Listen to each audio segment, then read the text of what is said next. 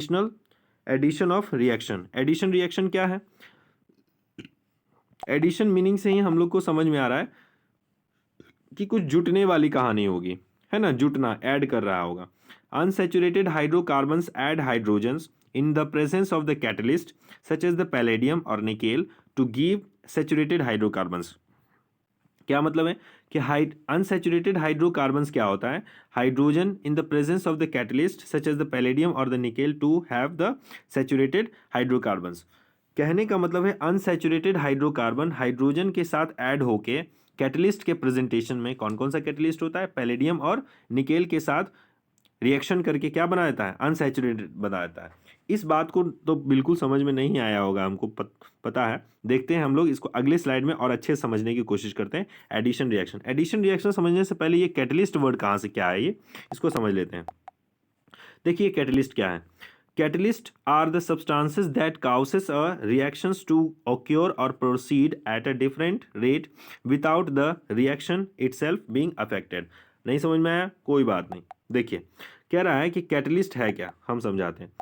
कोई भी रिएक्शन को, जैसे मान लिया ए और बी है, ठीक है, अब ये रिएक्शन करना चाह रहा है, ठीक है, लेकिन बहुत ही धीमा कर रहा है। क्या कर रहा है? बहुत ही स्लोली रिएक्शन कर रहा है, ठीक है। तो मैंने इसमें क्या किया ना कि कुछ ऐसा मटेरियल यहाँ पे मिला के दे दिया। क्या मिला के दे दिया? कुछ ऐसा मटेरियल मिला के दे दिया कि फटाक से रिएक्शन कर गया। अगर पहले इसको 2 घंटे अगर लग रहे थे रिएक्शन को करने में, ठीक है, तब इसको मात्र 30 मिनट्स ही लगे रिएक्शन करने में, ठीक है। तो ऐसा क्या मिला दिया सर आपने, जो 2 घंटे की जगह है जो 30 ही मिनट में काम हो गया सर आपका? तो वही चीज को हम लोग बोलते हैं कैटलिस्ट। क्या बोलते हैं? कैटलिस्ट बोलते हैं बच्चों। क्या बोलते हैं? कैटलिस्ट। यानी कैटलिस्ट क्या होता है? कैटलिस्ट, कैटलिस्ट वह होता है बच्चों, लिखा नहीं रहा है, ठीक है। कैटलिस्ट उसे कहते हैं जो रिएक्शन को स्लो या फिर तेज कर देता है, रिएक्शन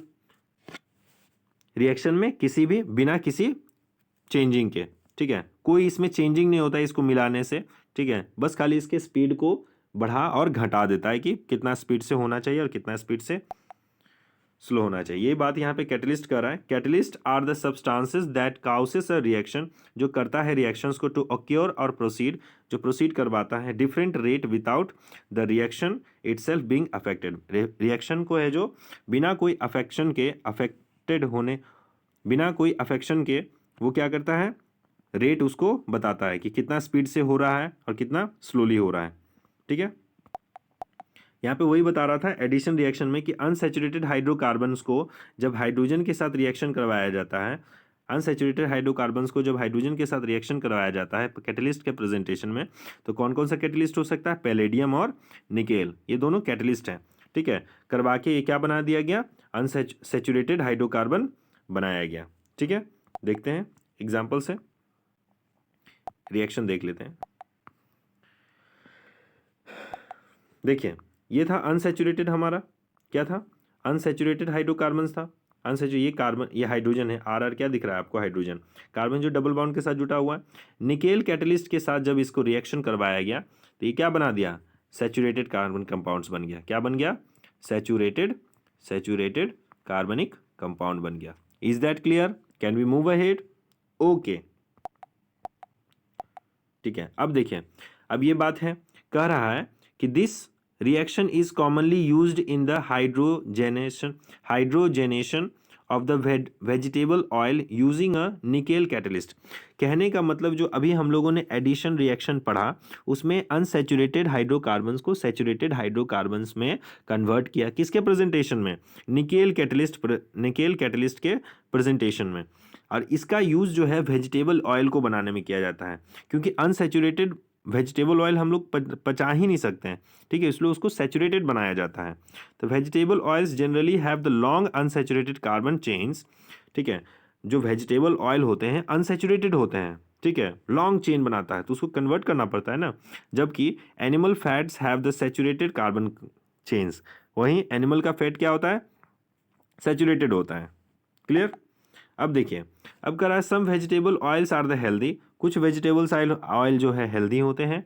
एनिमल फैट्स, एनिमल का जो फैट्स यानी चर्बी जो होते हैं, ठीक है, generally contains the saturated fatty acid, जो क्या करता है, सेचुरेटेड फैटी एसिड होता है, are said to be harmful for health. जो सेचुरेटेड क्या होता है हमारे हेल्थ के लिए क्या हो सकता है, हार्मफुल हो सकता है, ठीक है। इसलिए वेजिटेबल ऑयल में क्या होता है, अनसेचुरेटेड होता है, अनसेचुरेटेड हाइड्रोकार्बन होते हैं, इसको कन्वर्ट नहीं करता है। This reaction commonly use to the hydrogenation of vegetable oil, इसमें उल्टा करता है, ठीक है, सेचुरेटेड से अनसेचुरेटेड बनाता है, ठीक है। यहाँ पे थोड़ा सा मिस्टेक लिखा हुआ है, आप समझ लीजिएगा। अनसेचुरेटेड हाइड्रोकार्बन को सेचुरेटेड में कन्वर्ट करता है, ठीक है। आप या तो आप अनसेचुरेटेड से सेचुरेटेड बना दीजिए या फिर सेचुरेटेड से अनसेचुरेटेड बना दीजिए, ठीक है।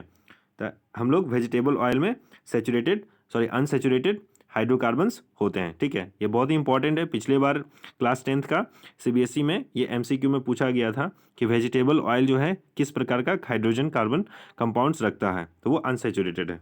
क्लियर। अब देखिए, oil containing the unsaturated fatty acid should be the chosen for the cooking. Unsaturated fatty acids को ही है जो चूज किया जाता है कुकिंग के लिए, ठीक है। देखिए यहाँ पे कुकिंग के लिए हम लोग ऑयल का यूज